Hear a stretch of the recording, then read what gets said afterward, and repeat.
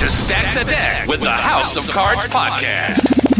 The show where we break down the art of creative real estate investing. Join us as we dive into the world of real estate with insider tips and tricks for making your investments go further. From buying with no money down to flipping properties for profit, we've got you covered. Plus, stay tuned for expert guest speakers who will share their knowledge and experience in this ever-changing market. So grab a seat and get ready to learn the secrets to success in real estate investing. And now, from Alaska to New York, your hosts, Chris James and Jesse Stanton. What's going on, everyone? Can everyone hear me clearly? Yes. Okay, yeah. Phenomenal. Can you hear me? Loud and clear. Okay. Loud and clear. As you guys can see, I'm actually in a vehicle driving. But we got a special guest on today. Jesse will be on shortly as well. But you know, we kind of joined forces today with the Closest Roundtable and the House of Cards podcast. Holiday edition.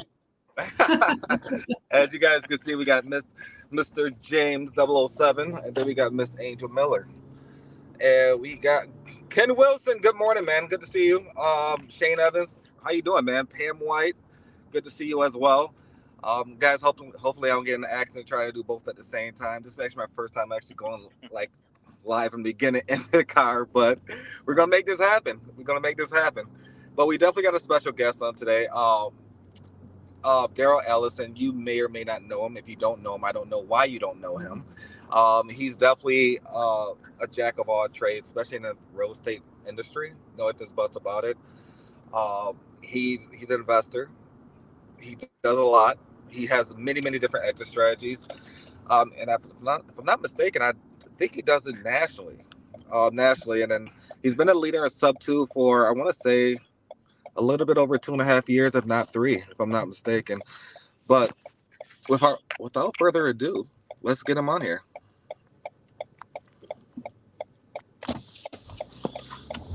Daryll, you with us? Computer's frozen. I think we lost him. No, he said his computer's frozen. Give me just a second. No worries. Carlin, what's going on? So, while he's getting his computer, good working, I should say. So, as everyone knows, it's been a Thanksgiving, a holiday weekend, I should say. I've been seeing a lot of posts and stories go around specifically about giving back and all that good stuff. And I know one thing that we discussed internally that we were going to start doing on a yearly basis is like traveling and actually going to these kind of things and giving back as well. I know Paige did something over in California, which is pretty neat. And I know that's something that we collectively kind of want to do all the time. Well, not all the time, but it's more so ever since we was younger. And we actually had the opportunity to do so, and more so giving back and not just receiving anything. It's a great feeling. It's definitely a great feeling. A lot of people don't really understand that. Sometimes it's just when you're just giving something away, you don't expect nothing back. That's when the world really circles around. And I really love that. And the perfect example is, and actually it's my first time I'm actually going to mention this. I was literally at Walmart the other day. I'm sorry, not Walmart. It was the meat market.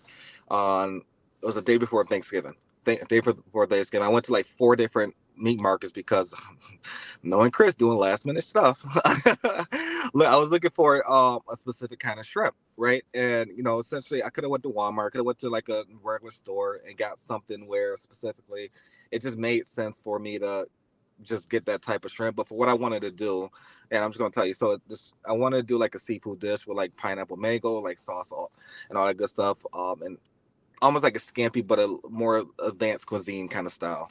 So I found the shrimp. I was checking out, and I can overhear the register right next to me on the right-hand side. And the guy, he said something about $52. No, I'm sorry. The lady said, okay, your total is $52.62. And I'm overhearing, and the guy is like, I don't think I have enough for that.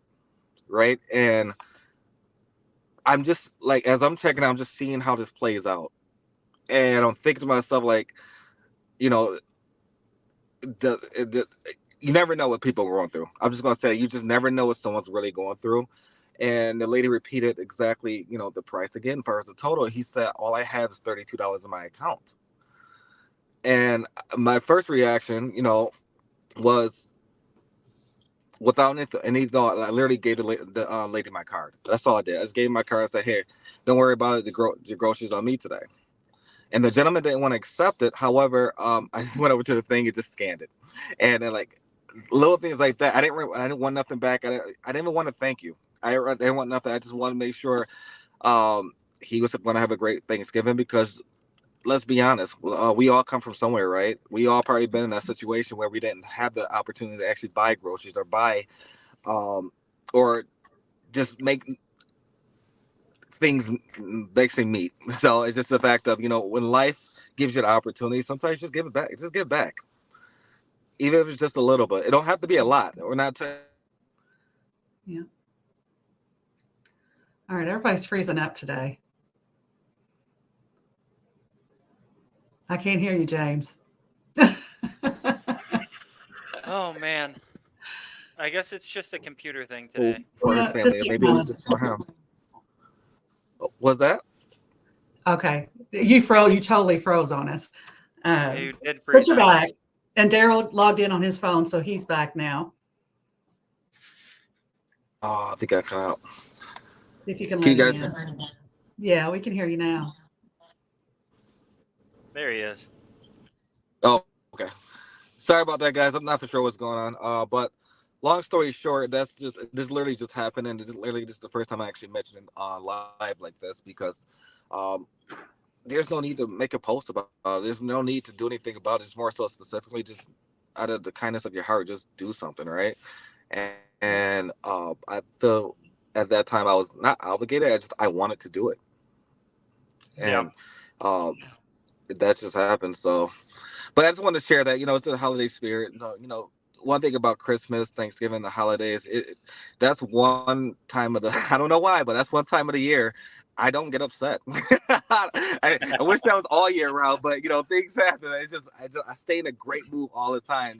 The worst things could be happening, but I'm always in a great mood. It just happens that way. But look like Daryll got his stuff back up, so let's bring him to the stage.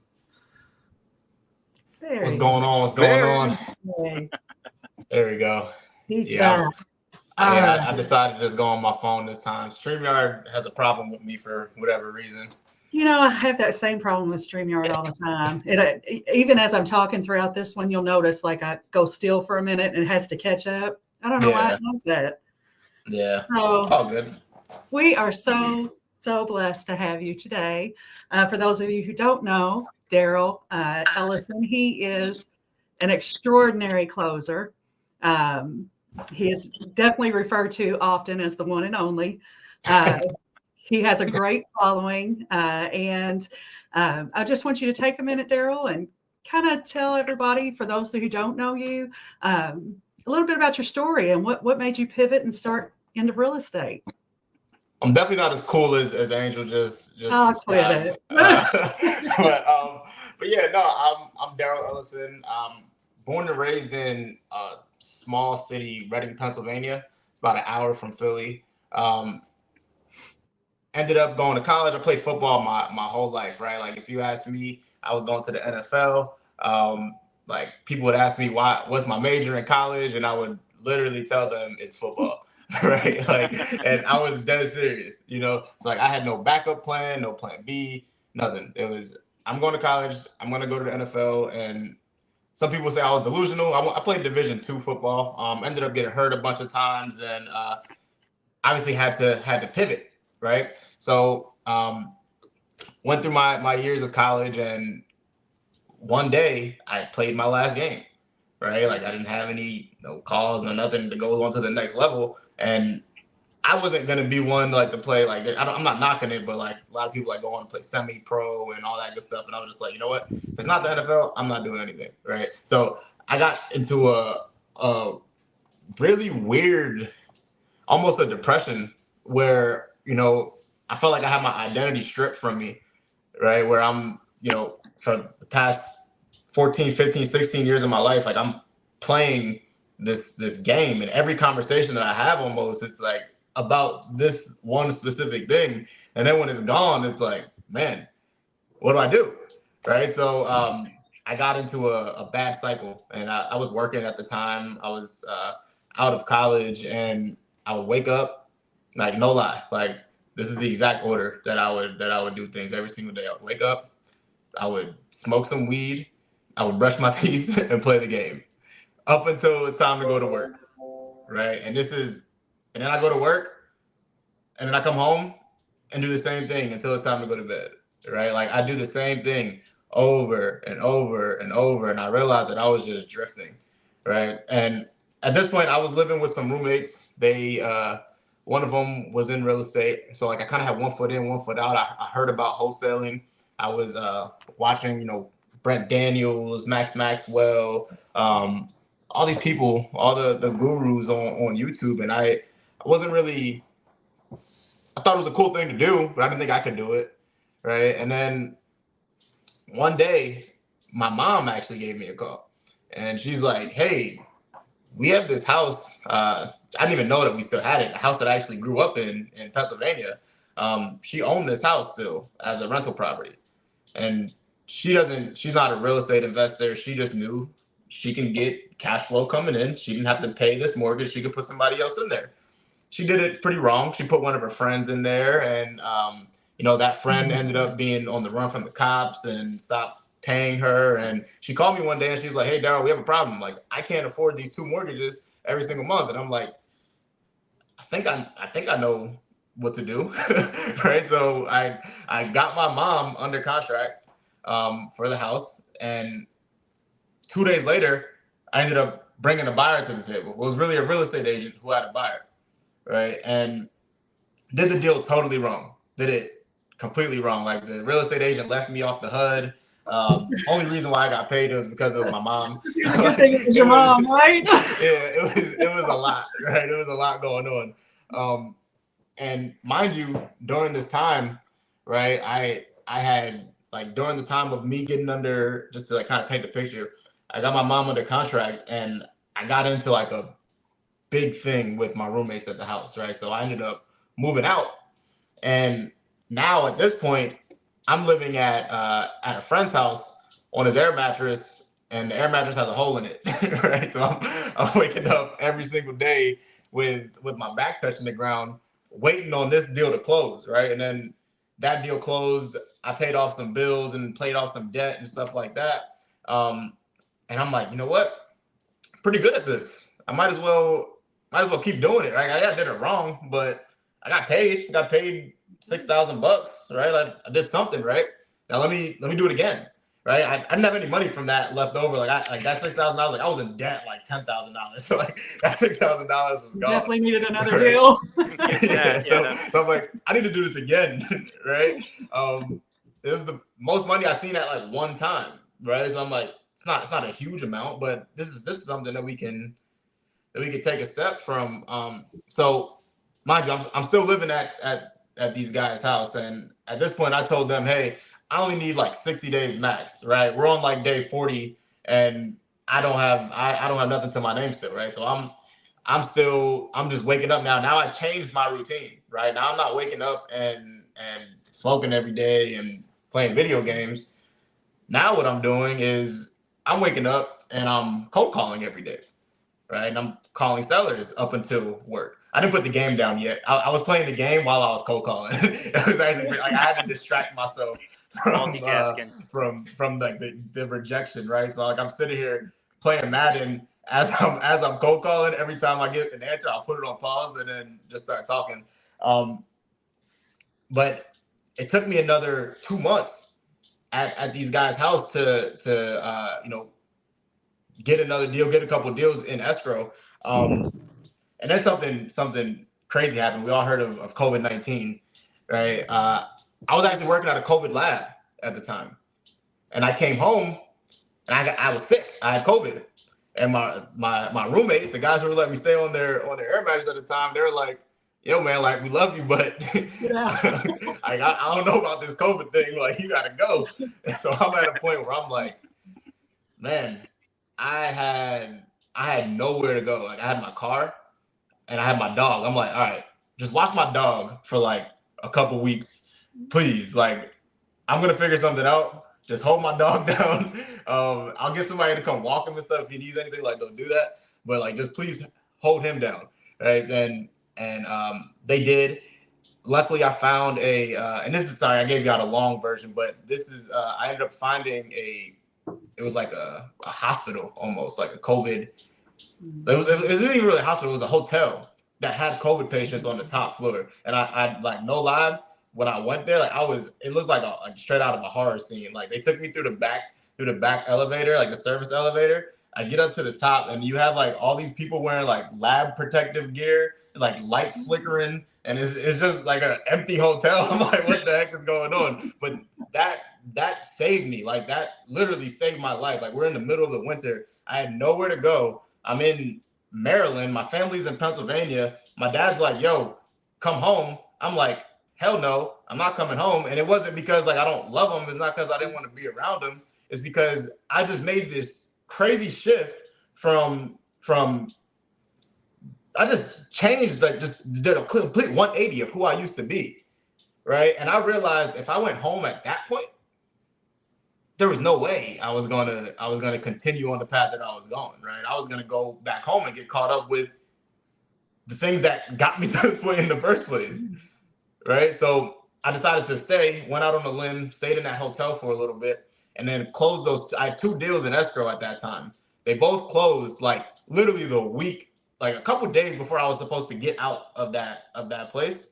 And during that time, like I got an apartment, overpaid for the apartment because my credit sucked. I paid like 4 security deposits, but I just needed a place. Like I got that place, and then from there just went all in, you know. So that's a brief overview of like how I got into wholesaling, and I don't know what happened, but how I got into wholesaling, and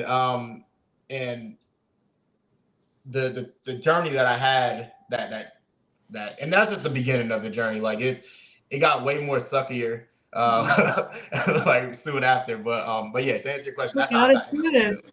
And he was right on time for you, right? Right on time. Right on time. Right.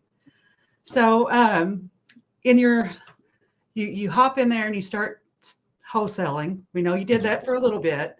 At what point did you start to gain the confidence that you needed to explore other exit strategies? Great question. It wasn't so. Were you guys in the Zoom last night with Jim Quick? I was not. I'm sad I missed that. A lot of people posted about that today. It was awesome, right? And so Jim has a test that tests your like how your brain works. And I just my first time taking this test yesterday, and it said that I was a cheetah, right? So like I'm just like I just go, right? I just go with my instincts. And I was actually cold calling at the time, and I had a lady who said, "Hey, my house is in pre-foreclosure. I don't know what to do. I'm tired of dealing with these investors that are lowballing me, offering me less than what I owe. I'm just going to give it back to the bank." I'm like, no, don't do that, right? And at this time, I'm watching Wholesale Hotline now, so I heard about Pace Morby, and I see what he's talking about, like with all this creative stuff and stock and auctions, all that good stuff, right? So I'm like, no, like, and same thing I told my mom, like, I think I know how to solve your problem, right? But I just don't know how to do the steps. So I promise you, I got off the phone with that lady, and I signed up for sub 2, and I got a call. So I was already thinking about joining a mentorship at that time because I had just made some money and I wanted to reinvest it. I didn't want to just blow it. So the crazy thing is, I actually applied for TTP and sub 2. I applied for TTP the day before, and they never called me. And the very next day, I applied for sub 2, and they called me like the same day. And I was like, yeah, like I have this problem. And I told them, they interviewed me, all that good stuff. And I joined. And immediately I found the best closer in my area and told them that I need help. I need help with this lead. And they ended up getting on the phone with me. And that is pretty much how I started to learn these exit strategies, right? It wasn't like I promise y'all, if y'all go into my sub 2 Zoom vault or the course, I'm probably like halfway through, I've been in sub 2 for 3 years now. I still haven't made it through the whole course.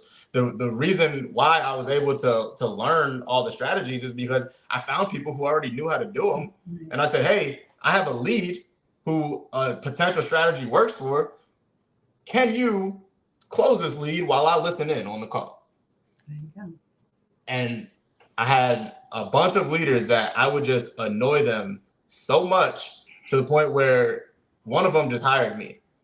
He's like, look, like you're calling me every single day. I don't have time for this, but if you work on my team, I'll have time, right? And I worked on his team, and then I just had so many reps, and then just continue to have problems, and just continue to find people who know how to solve those problems, and brought them together. I was more than willing to split my deal for the knowledge, because I understood that I'm not like my first creative wholesale deal, I made like $5,000. Is with Mamadou. Actually, if you guys don't know Mamadou Diallo, I did my first sub 2 deal with him, and I didn't make $5,000. I really made like millions of dollars, because I learned the skill of how to actually do this, actually how to solve this problem.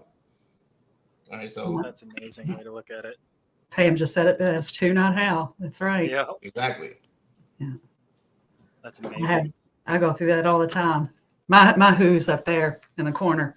When I don't know how, that's my Frozen. who. That's a good who to know for sure. That's a great. Damn straight.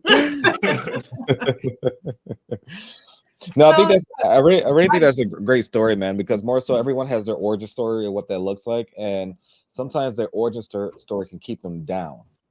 Oh yeah. And you took what your origin story was and just kept pushing forward and stay positive with it.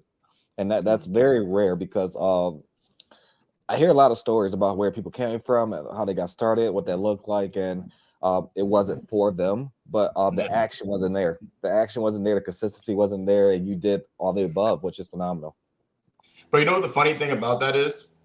Like literally the people that we are right now, we're a combination of the stories that we tell ourselves from the past and the future, right? Like I was actually listening, it's crazy. I was listening to a video about this morning, and they're saying our thoughts are literally all made up. Like our vision for the future is literally made up in our head, and you have the choice to envision a good future or a bad future.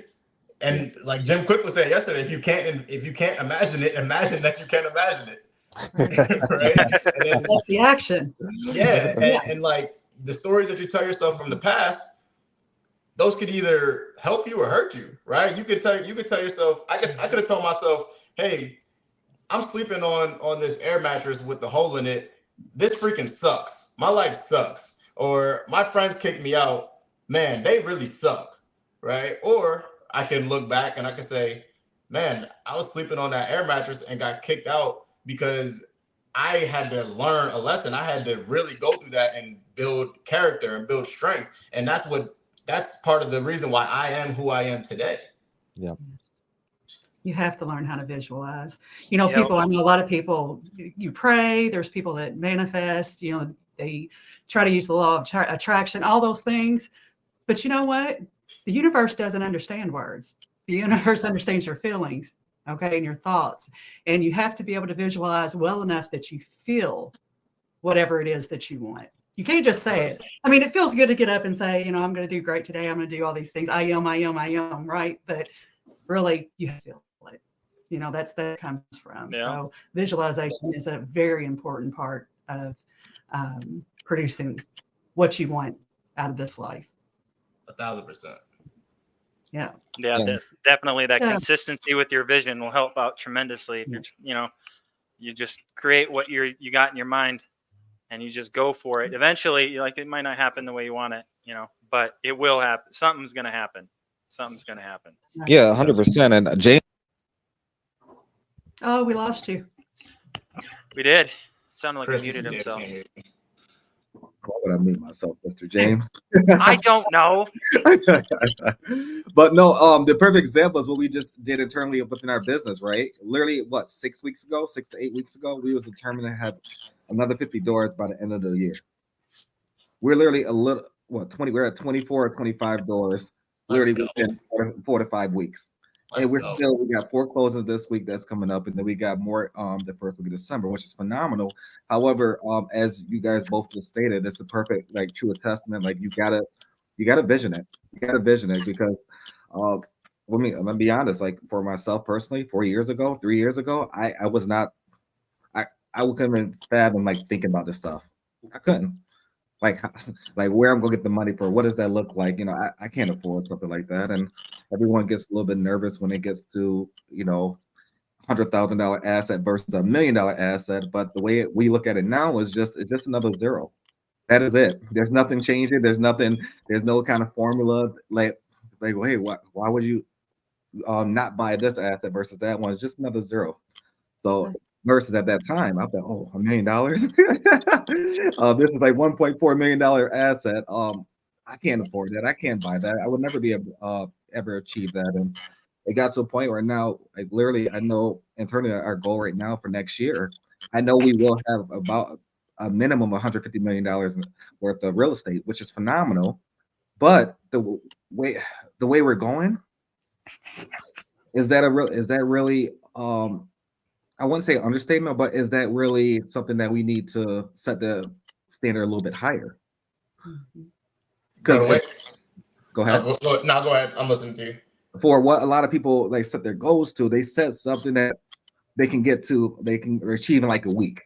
Why not try to set it like, you know, essentially things that really can happen over 3 to 5 years and scale that down and reverse engineer exactly what that looks like. And for what we did internally, we're definitely going to exceed $150 million easily. No ifs about that, which is great.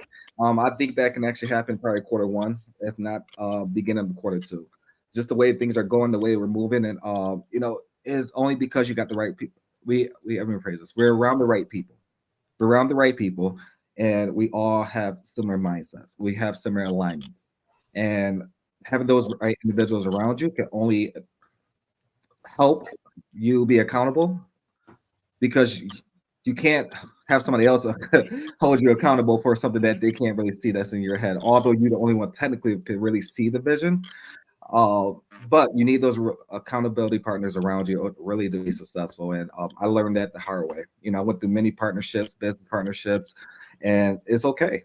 It is totally okay. You know, sometimes you got to find your right business partnership, business partners, and, you know, date them and see exactly, you know, what the alignments look like. How are they going to react when this happens? What does that look like? And I'm very thankful enough now, and very humble and blessed to be around the right individuals. So, you know, I don't regret anything in life. You know, I do truly believe everything does happen for a reason. And yeah, man, I didn't mean to go on a tangent, but I wanted to. It does though, man. And you hit some good points, right? Like you mentioned like a lot of people, they struggle just to even fathom like, oh, $1 million or $100 million or like people make that in a day. 100%. And then like, I don't know about y'all, but I take this book like very literal, and I talk about God, and I pray to God, and like when you think about it, right? They give you all the instructions to be prosperous in this book. But when you think about it, right? My pastor was actually saying this the other day. He's like, if you look up in the sky, right? There are literally 200 billion trillion stars in the sky. And God knows the name of every single one, right? And God performs hundreds of millions of miracles every single day. Your problems, he solves like that. He can solve like that, right? So like, no matter what, if you think $1 million in a week is doable, and you're walking the path that God has for you, that is 1,000% doable. You can do that. But if you don't believe in yourself, then you're not going to be able to do it. And if you're not living right, you're not going to be able to do it. Right? So that's how I look at it. I look at you know, wealth and money as like a spiritual thing. You know, if you're not right with yourself spiritually, if you're not right with God, you're not following his law, then it's going to be tough for you to prosper in this world. I always say it's a tool. It's just a tool. Money is a tool. and it has to be the byproduct of whatever it is that Yep. you are producing, right? Yep. So I totally get that. Yeah. 1,000%. We shouldn't be working for. And I know we're supposed to be talking about raps, but I actually it's crazy. I did a fast earlier this week. I did a 3-day fast, a 72-hour fast, and on day 2, I was just praying and I asked God to just send me a message. Right? I didn't ask for a specific message. I just said send me a message. No lie, my roommate from college, I haven't talked to him in about a year, randomly texted me like 20 minutes later, and it was a sermon. It was his pastor speaking. And the message was, most people are broke because they're working to pay their bills, or they're working for clothes, they're working for a house, they're working for their car, and they don't realize that, like, if you just trust God, God provides all of that, right? Your work should be to provide value. Your work should be to live your purpose, right? And if you're living your purpose, everything else comes, you know? So if your thought is like, oh, I got to make money to pay bills, you're only going to make enough money to pay bills. That's it. Right? So yeah, it's just crazy to think about. It's well said, man. That's well said. And that's a perfect example of your mindset versus someone who's just in the 9-to-5, right? And because I used to be that individual, right? I think we all used to be that individual.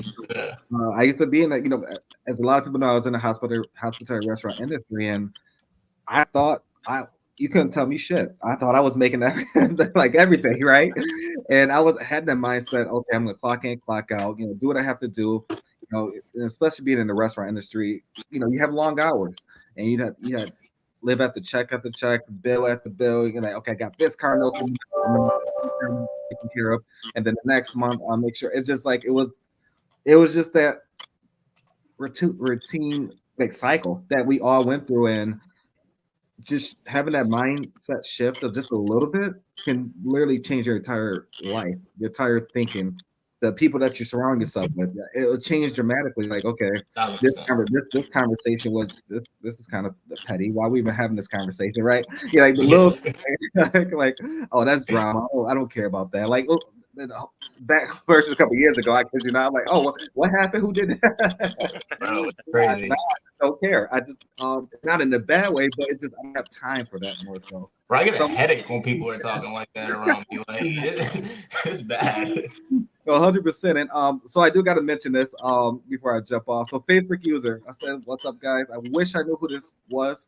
Please grant StreamYard access to ensure that we can have your name visible, so we can know who we're speaking to. And guys, don't forget to subscribe to Spotify. We're on iHeartRadio, Amazon Music, or whatever favorite be." Cutting out on us, Chris. Oh no. I can never win. I'm always winning though. You guys hear me now? Mm-hmm. Yep. Okay, good. So guys, I do gotta jump. Bobby Bones, what's going on, man? Good to see you here. Well, can't really see your name, but glad you're here, man. Hope all is well. But no, I gotta jump off. My son is getting his new belt today, so I gotta rush over there and make that happen. Well, Romeo, congratulations. I definitely will. And Daryll, you're amazing, man. You guys gonna get a lot of gems from him. He's doing a hell of a lot of stuff all over the place. I know he's doing different kind of raps and doing different things creatively. He's been a sub-2 leader, as I stated earlier. I'm not for sure if you heard that part, but he's been in the mentorship for quite a while, and he learned a lot. We all learned a lot, and we're all still learning. So definitely give him love, and don't forget to follow him. And feel free to reach out to him whenever you guys just need him as a resource. I'm pretty confident that he can close your deals in whatever manner that looks like. Are you buying nationally? Or are you just focused on one specific market, or you niched it down a little bit? So I actually decided I was nationwide for a while, but it was driving me crazy. I got like my mom asked me one day, she's like, "Yeah, you have a gray hair on the side of your head." I'm like, "Yeah, because we're nationwide." So we picked 2 markets and we're going deep rather than wide. Amazing. And what'd you say? What 2 markets is that? So Atlanta, Georgia, surrounding areas of Atlanta, and Kansas City, Missouri. Phenomenal. So guys, if you hear that, and he still sprinkles in a few here and there, though. Yeah, we still have to, like, and that's the thing, right? Like, I have so many leads to where like, and people send me leads from everywhere to where it's like we still do things nationwide almost, but like my focus, where I'm spending my marketing dollars, are in these specific markets, and where I'm holding things at will be these specific markets if I hold anything this year or not, right? And we could talk about all that, like the reason why I got into raps and everything like that. Question before I jump off, cash or creative? I'm assuming in what sense? I'm assuming your Bobby means are you buying cash or creative or a little bit of both? So I actually put a pause on my buying for a little while. And I'll explain that. Y'all want me to try to explain right now why? No, we'll get there. Okay. Bobby, you're holding that in a few. Appreciate you guys. Let me know if I can help in any way. I do got to jump off, and let me know how I can help. Appreciate you guys. Appreciate you, Chris. Thanks, Chris. Later, Chris. All right. So I loved all these gems, and I'm sorry we got sidetracked, Daryll, but I do love That's all good. Anything mindset, anything positive, I'm all for it. So I just let that one flow, right? Same. But we're going to pull it back in, and we're going to get back on wraps. And I'm going to let James, I love the way that James explains what a wrap is. It's so simple. And for people who don't know what it is, I think it's the best way for them to understand it. So tell them what a wrap is, James. Okay, I can tell you what a wrap is. So are you talking about the bullseye thing that I explained? Yeah, it. Okay. So think of the wrap like a bullseye, right? So you got your properties, that bullseye, right? And then you got your mortgage that's existing on, or any set of terms. It could be a seller finance or whatever. But you got that original set of terms. And then you can wrap the outer rings, right? So the outer rings of a bullseye, there can be as many wraps as you want. You can keep wrapping as long as you can figure out a way to cash flow it. But you just wrap your your set of terms around the existing terms, and then that's a wrap. And then you can keep wrapping it and wrapping it if you wanted to. But ideally, when you're doing a wrap yourself, you want to leave as little on the table as possible if you're looking to cash flow that property. Yeah. No, for sure. I like that. I like that visual. A lot of people complicate a wrap, which it is a complicated process, right, on the paperwork side. But as far as like the overall, it's exactly what it sounds like. It's a wrap, right? Like you take existing terms, you wrap new terms around them, right? And you just keep it extremely simple, and you cash flow the difference, right? So what are some of the misconceptions of that? There's a lot. A lot of people ask, like, so I've been getting a lot of people like I made a post, and that post low-key went viral. So like I have a bunch of people arguing with themselves in my comments, and I see like a lot of back and forth. One, like, people are asking, well, why would somebody come with a big down payment, right? Or why would somebody pay 8, 9, 10% interest? Nobody would ever do that, right? And you're just looking. We talked about who, not how earlier, right? Like, you're just looking for the wrong who. Right? You have to figure out who's the right person, who's the ideal buyer, who is the person who's going to buy this property, right? And it's going to be somebody who's a 1099 worker, somebody who has cash but no credit. Right. A lot of people think it's illegal. Yeah. Right. So like that's another thing. That's a misconception. And I do things a little bit differently than other people when it comes to wraps, because a lot of people also think that you actually need to close on the property yourself to wrap it, and I don't do that. I minimize my risk as much as possible. because I got into a like really bad situation to where, and again, like we all talk about like the stories that we tell ourselves from the past. Like I don't even want to look at it back. I was in a great situation where I had to lose a lot of money, right? Because I had to learn these lessons, and I had to understand, like, most people think, okay, when you're wholesaling, we go from wholesaling to what's the next step that everybody talks about? Buy and hold, right? Because you need cash flow, right?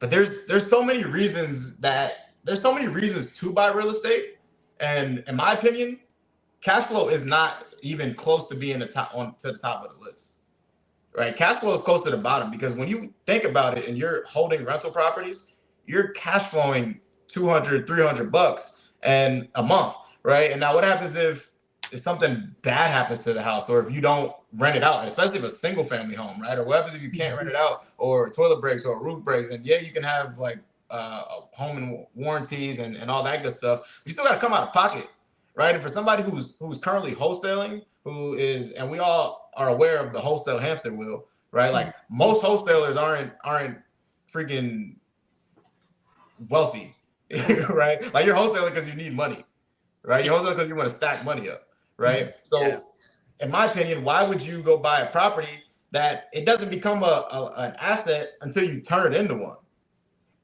right? So what I did was I fell into the trap, because everybody's like, okay, you wholesale 3, you keep 1. Wholesale 3, keep 1. I found myself owning 10 properties and only like 2 of them were cash flowing. And now I bought them creatively, so I'm paying holding costs on all these properties every single month, and my expenses are like crazy at one point, right? And I'm just sitting there like, man, how did I get here?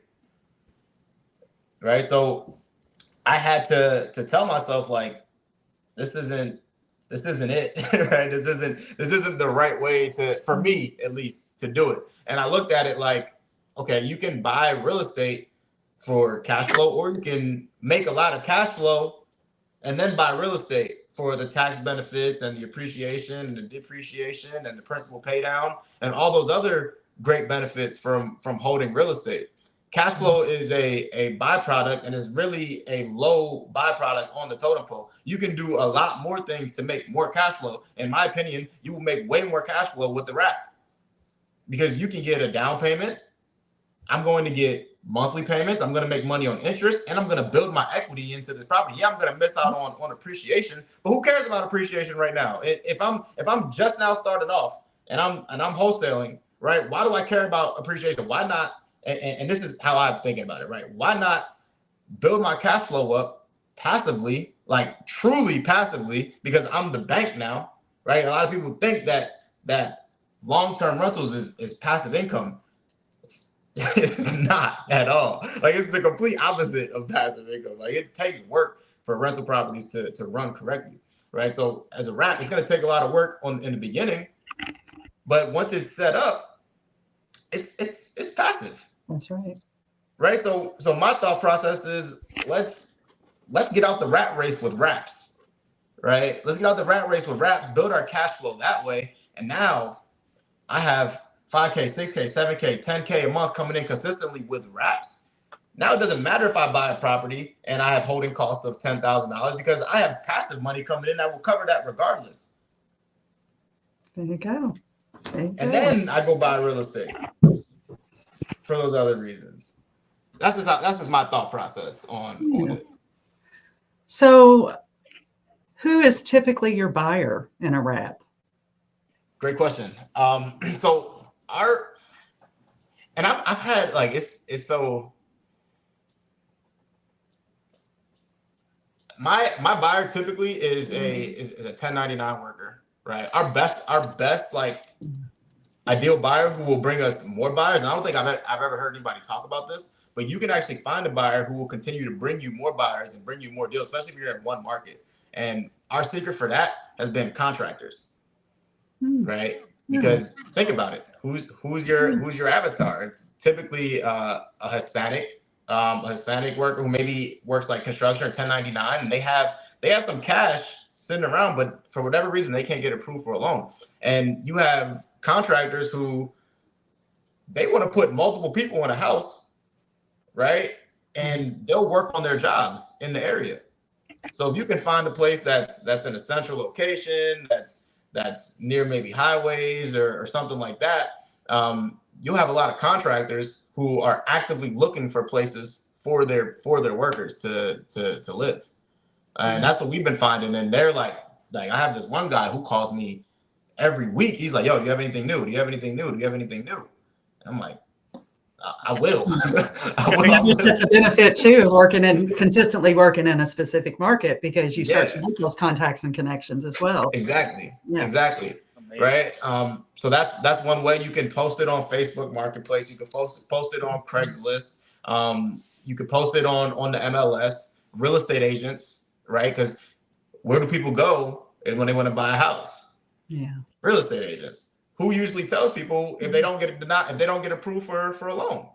Exactly. Real estate agents. So they know who has cash and doesn't have the credit, right? Mm-hmm. And what I like to do is, because and this is kind of like taking it a step further, but what I like to do is, if I want to help my buyer, because a lot of people think like, oh, you get a wrap, if they don't pay you, it's you can just kick them out and do it again. Like, yeah, you can. That's cool, but like, don't go into this thinking that that's what you're going to do. Like, that's predatory. You deserve to go to prison for that. If you want somebody to default and you could sell it again, like, no, right? And that goes a little too low in the market too, because there are certain markets you can't do that.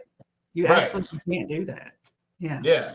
So it right, and it is what it is a lot of the time. So you can get in a position where it's messed up. So I like to go into it as like, I want to serve this person, right? If their credit sucks, and I know their credit sucks going into it, I have connections with credit repair specialists. So if I just made $40,000 off of you, $50,000 off of your down payment, is it really going to hurt for me to pay $1,000 for somebody to come in and help you fix your credit? That's right. And help you get into help you on a path for you to be in a better position to eventually refinance me out. Although I'm going to make more money on the interest over time, but what are we in this business for, right? Like, I'm in this business to help other people, serve other people. So if I can help them with that, like, that's what I'm going to do, you know? But yeah, to answer the question, like, you can find wrap buyers plenty of places. Absolutely. Yeah. Talk a little bit about how you actually earn money off of your wrap. How do you actually earn money off doing a wrap? A bunch of different ways, right? So the real way that you're gonna make money on your wraps is on the interest. I wish I was on my computer right now so I could like share my screen and show you guys, but let's put those visualization skills to the test today. No, seriously. Because I have and that's a lot of people, they're like, oh, you missed out on appreciation and all that, and it's like, I can build my appreciation in, right? Like, if so on a wrap, so let's talk about it, right? Let's say I am buying a property for $100,000 purchase price.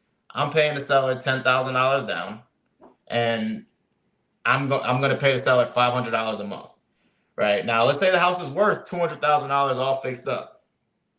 I can sell that house for $210,000, $220,000, $230,000. I usually won't go over 10% of the ARV, but let's say I sold it for $220,000. Right now, what we typically do is we're charged around 10 to 15% as a down payment. We like to say closer to 15%, right? So let's say I sold it for $220,000 times 15%. That's $33,000 up front. Right now, I don't keep that whole $33,000. We'll pay the seller. So this is how I do it, right? If I'm direct to seller, which I will be 9 times out of 10, I'm going to tell the seller straight up, like, we're going to underwrite the deal, and if it doesn't work for any other strategies, like, my first thought is to just wholesale it, right? I'm going to wholesale, like, in the season that I'm in right now, because I just told y'all where I just came from last year, like, I need to stack it back up, right? So, like, I'm wholesaling everything right now, right? But in the case where long-term rental doesn't work, short-term rental doesn't work, but a wrap would work, I'll tell the seller based on like their pain and their problem, like, hey, this is what we'll do. I just need a longer closing date. I need 60 days to close. That way I don't have to close on it myself, pay holding costs, and then go find a buyer. Potentially I may have to do that, but I've already had a 60-day head start in finding a buyer, right? So that cuts down my holding costs a lot more, right? So I get $33,000 from this end buyer. The end buyer comes in with that $33,000. They pay the seller off. They pay my closing costs, and they pay whatever else that needs to get paid up front, and I keep the rest, right? So that's boom. That's the first time I get paid, right? Now the second time, so I charged $220,000 when I sold it. I only owe $100,000 to my bank. So that means I built in $120,000 up front, right? Well, throughout the duration of the period, right? So it's a 100K spread already. Now it's just about how long is it going to take for me to recoup that. But one day I am going to, regardless, I'm going to get that money, right? And we didn't even tap on the interest, right? So let's say, let me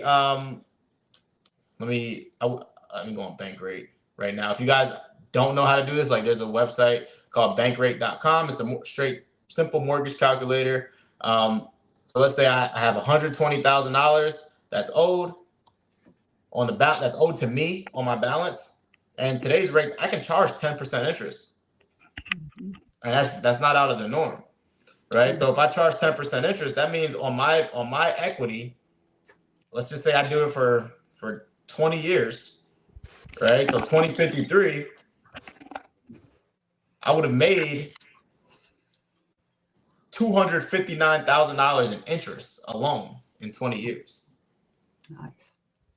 Right? And it's overtime, but I'm making that money passively, right? So that's actually the second and the third way I get paid, right? So the first way is down payment. Second is I build in my equity. Third, I build in the interest, right? I get paid an interest. And fourth, I get a monthly principal and interest payment every single month, right? So let's say I pay my seller $500 a month, and I charge the rent in the area, it can be $2,000 a month. I'm going to charge. So like, again, I want to make it a deal for my buyer as well, right? It needs to make sense for them. But obviously I'm going to charge the most that I can. But let's say I charge them $2,000. I keep the difference between the $2,000 and the $500 minus the taxes and insurance that gets paid. But that comes to me now passively every single month, right? So I'm getting paid 4 different times on these wraps. And another way to get paid, and this is definitely getting into the weeds, and it's definitely a little bit more high level, but before I structure a wrap, now at least, like the wraps that we're currently doing, before I structure them, I don't structure it until I speak with a note buyer first. And the note buyer will tell me how would they want it structured for them to come in and potentially purchase it, right? Because I want to make sure. Just to be clear on that, Daryll, for somebody that so they understand what you're saying, that's kind of like when you reverse wholesale, right? Yes. It's the exact same premise for those of you who don't understand what he just said. It's going to your buyer first to set up terms before you ever go into the contract. So I just wanted to be clear on that, because I know that probably threw a couple of people. For sure. And what is a note buyer, right? They may be asking, what is that? So what we're doing is essentially we're structuring notes. We're creating notes. A note is a promissory note or an IOU, right? Just saying, hey, I owe you this amount of money over this amount of time with this interest rate. You have people who are like, dude, I got a whole bunch of cash and I don't want to work. I just want to be the bank. They'll come in and they'll pay you 70%, 80% of that note's value, so they can get the rest of that 20, 30% passively every single month, right? So what I like to do is I necessarily won't sell the note right away, but I would at least structure it in a way that a note buyer would buy it at its highest value. So that way, if I do ever decide to want to sell it, because we don't know what will happen, but if one day I'm like, look, I don't want these notes anymore, I just want to liquidate them and I want to put it into something else, I could do that and I can sell them for the highest value. I have a couple notes right now that that I structured before I learned all this stuff, and like the note buyers are like, dude, we wouldn't touch this with a 10-foot pole. Like, and I'm like, oh, well, that's good to know. Gotta love those lessons. Right? Yeah. That's awesome. That is. All right. So how often do you see rat buyers defaulting on these? I haven't seen it that often, right? Like if somebody spends a decent enough down payment, it's gonna be really tough. Like they're not gonna want to do that, right? Like they're gonna do what they got to do to make that payment. Obviously, it does happen. Like I have one right now that he's about like over 40 days late right now.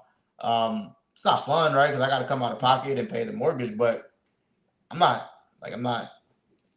tripping about it. I'm not freaking out about it. Because I do know in the back of my mind that worst case scenario, I can just do it again. I can just sell it again, right? Like I didn't go into it thinking that, but this is my thought process. And again, I am all about like minimizing my risk right now. So I understand personally how to stop a foreclosure, how to stop an auction, right? So what I'm not going to do is even put myself in a position to where somebody could do that to me and like file for bankruptcy and do all that good stuff. So I don't transfer the deed. I sell my wraps on land contracts, right? So I keep the deed on all of my wraps. You know, if I have to negotiate a lower down payment to do that or different terms to do that, I'm going to do it because I want it to be a much easier process because now it's not a foreclosure, it's an eviction, which is a lot smoother process than a foreclosure. Nice. Yeah. So what you said land contract and not transferring the deed, that's a great tidbit of information because not a lot of people know out there that when you sell your house, you can keep the deed as long as it's done the right way.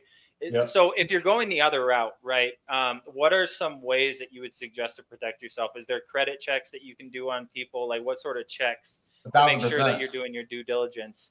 So go ahead. Did you have another question to that? No, that's it. So we want to use what's called an RMLO, a residential mortgage loan officer.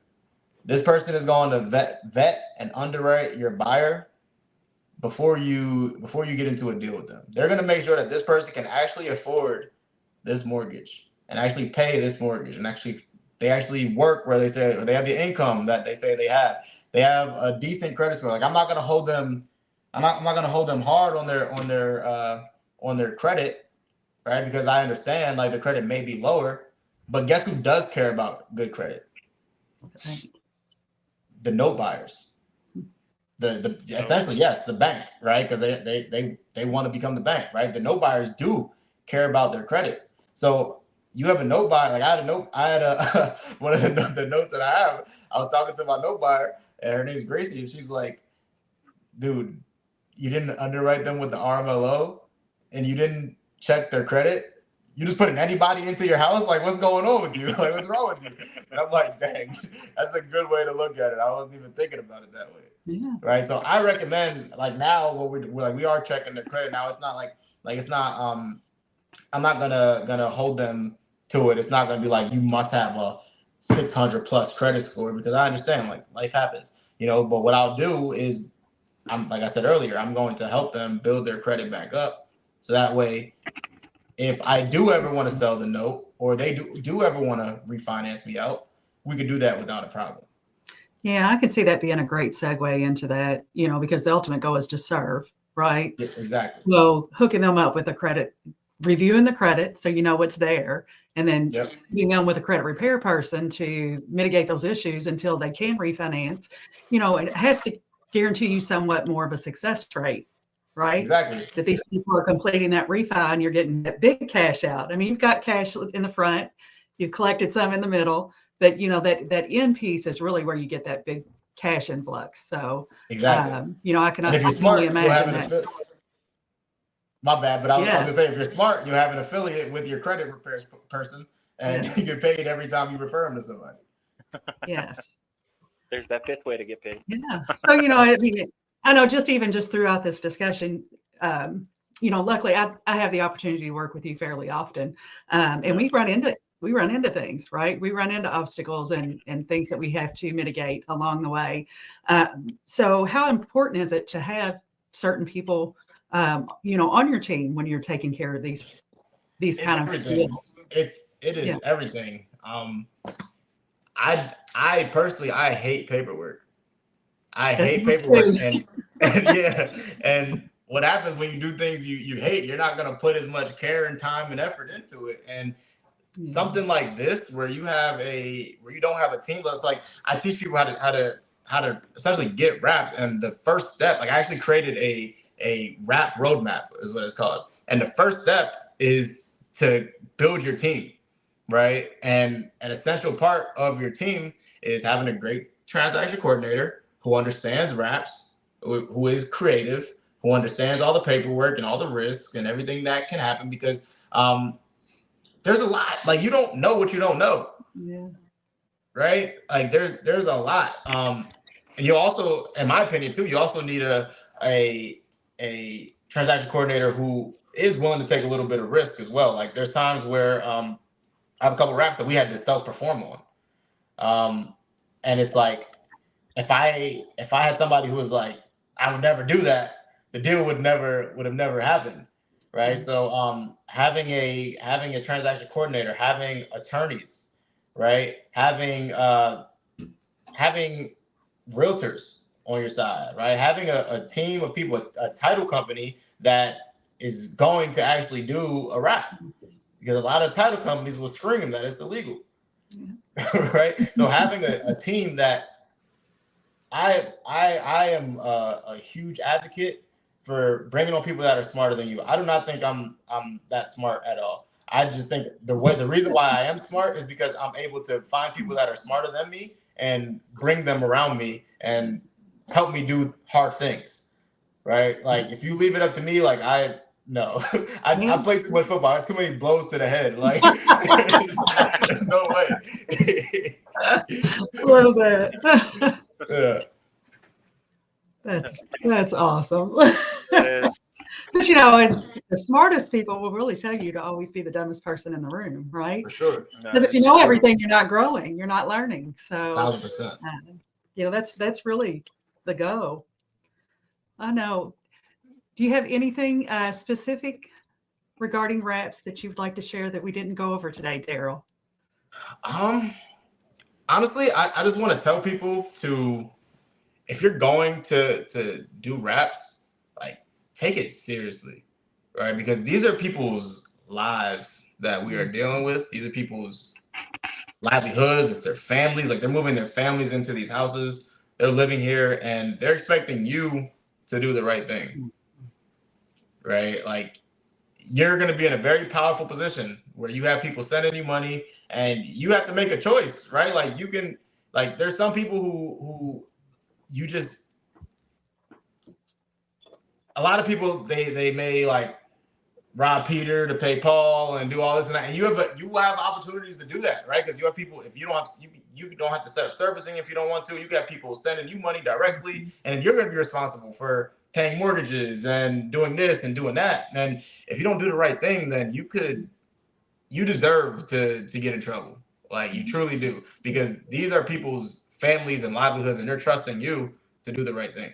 So I just want to tell people, if you are focusing on wraps, like take it seriously. If you're not going to learn everything you need to learn about it, find the people who know everything about it and bring them in on this, right? Like do your first couple, build your own team, and then do it on your own. But don't just try to do it on your own alone. And I learned that lesson the hard way, right? Like again, like we have to fail to mess up, but at the same time, you have to fail to learn. But at the same time, like if you can avoid ruining other people's lives while you fail, like do that. Yeah, like, please do that. You know, with great power comes great situations where. That's right. I mean, we've even had situations where, my response always is, I'm going to do the best thing for my client. Exactly. Right? You have to remain ethical, and so you can go creative. You can get really creative with this stuff. You Yeah. really can. But you have to stay ethical about it, and you always have to do what's best for your client, for the seller. That's just a must. And like you said, if you don't, you probably deserve to get in trouble. So Yeah. those are definitely great words of advice. And then also making sure that you surround yourself with other ethical people who aren't afraid to take risk, calculated risk, right? Everybody should have their own risk tolerance, but remaining ethical within that risk. So that is absolute great advice, Daryll. Thank you. Of course. That is. You want to bring it home, James? So no, thanks, Daryll. That was all wonderful. So wraps, they can be an absolute phenomenal thing. From the sounds of it, I've never done one, but I feel like I need to go out there and do one right now. After that explanation that you gave, but I know a great TC. I can't think of one. Thanks. Oh, yeah, I think I do. Am White. White. Now, Angel, if y'all didn't know, is an amazing TC. So if you guys need your wraps done, She's the best. right over there. I don't know if she's over here or over there, but Thanks, Daryll. But with that, like I had said, with that great power that you're going to get from that, remaining ethical is definitely something that you need to do. I love that. That's where your head's at, Daryll. It's refreshing to see that. You don't see it very often. You can take some polls in the chat in a lot of these Facebook groups, and you'll find some pretty disheartening stuff. So seeing that from someone of your stature is phenomenal. And dude, I mean, but I had to go through it, right? Like I had to go through, like I tell people all the time, like so you guys know who Kiki is? Kiki Shrugs, I call her the bank whisperer. Like in my phone, her name's the bank whisperer. But I tried to stop an auction. This was 2.5 years ago. I was being cheap, right? I was having a scarcity mindset, and I'm like, I don't want to pay for somebody else to stop this auction. I can do it on my own. And then once I learn how to do it on my own, I can do it a whole bunch of times to save all this money. And guess what happened? I failed at getting the loan modification done. And the guy, like, he almost lost his house because of me. And I felt terrible. I went back and I told Pace about it, and he was like, Daryll, you're the kid where I tell you the stove is hot, you still want to go touch it. Yeah. Right? And I'm like, yeah, that's me. So sometimes you got to remain an asshole, right? Yeah, I guess. You got to ask until you know. You have to. Yeah, for sure. So ethics is everything when it comes to this. Like if you're not ethical, let me not even say, because everybody has ethics, but it's like, what level are your ethics at, right? But if you don't have the right mindset to actually put the person first who's trusting you to provide them with housing, right? And be their bank for them. Like imagine if Bank of America, like if you get a mortgage from Bank of America and one day they're just like, hey, you have to leave because I didn't do what I was supposed to do. Or you're paying like these escrow on your taxes and they don't pay your taxes and you get a tax bill saying that you haven't paid your taxes in 5 years, right? Like that would suck. That would suck for somebody. So it's not about you. It's about who we're bringing into the situation, and then think about their families and then the people that they have to take care of, Yeah, that's right. Love that. Yeah. Well, Daryll, it has been an absolute pleasure having you on today. This was so much fun. Yeah, I'm glad. So can you tell everybody who's watching how they're going to find you, Daryll? On Instagram, right here at Daryll Ellison. I'm working on responding way more. So I'm actually time blocking now, like times to respond to everybody and make sure that I talk to everybody who's reaching out to me. So yeah, let's connect. If you want to do deals together, let's do deals together. And that's where you find me on Instagram and YouTube. You look me up on YouTube, Daryll Ellison as well. I think I'm streaming to my YouTube as well. So if they see that. What's the dog pound, Daryll? The Dog Pound is a community for if you want to get better at sales and get better at talking to sellers and closing more deals. The Dog Pound is exactly for that. So it was like So tell you a story about how the dog pound got started. Does anybody know Keston Glasgow? Mhm. So Yep. Keston is actually my high performance coach, right? He's awesome. And this was a couple years back. This was about 2.5 years back. And I wasn't really that good on the phones. And what he created was almost like a virtual office for us to jump in there, make calls, have conversations, close sellers, and do it collectively with each other. And we did that, right? I ended up getting good from being there, getting live feedback from people. And I'm like, man, I need to recreate this, right? I need to recreate this because Keston, he didn't want to do it. He's like he ended up handing it off to me, right?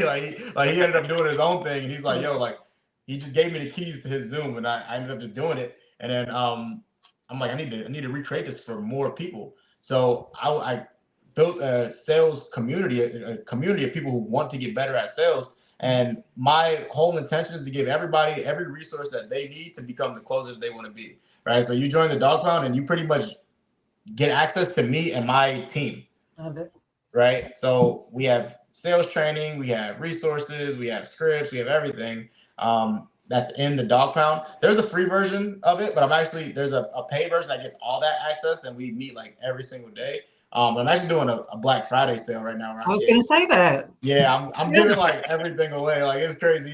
Yeah. So it's usually like $750 some dollars for the year, and I'm doing 70% off of that. So it's only $215 for 12 months, and I'm giving the first 20 people. There's 14 people left, 14 slots left. I'm giving those people the course that I give to my acquisitions team for free. So if you want, that's less than 50 cents a day, guys. You're not going to get Daryll Ellison sales skills any cheaper than that. I'm telling you. I tell people that I pay them to come pretty much. Right. But yeah, it's a community, and I'm in there. I want to do deals with people in our community, and I just want to help everybody reach their full potential. That's awesome. All right. Well, you guys know where to find Daryll Ellison if you want to join that dog pound, or just reach out. Daryl's got tons and tons of great videos out there to watch anyway. So I hope you discover that channel. It's a great one. And you guys have anything left to say? James, Daryl? I do not. Thank you, Daryl. It was awesome having you on. It was awesome. Truly a blessing. Thank you for that. Thank y'all both. I appreciate y'all for having me. It's a blessing for y'all to have me. Loved it. All right. Well, we'll be back to business soon. Yep. All right, guys. Have a great rest of the holiday weekend, and we'll see you back next week. Peace. Later, y'all. All right.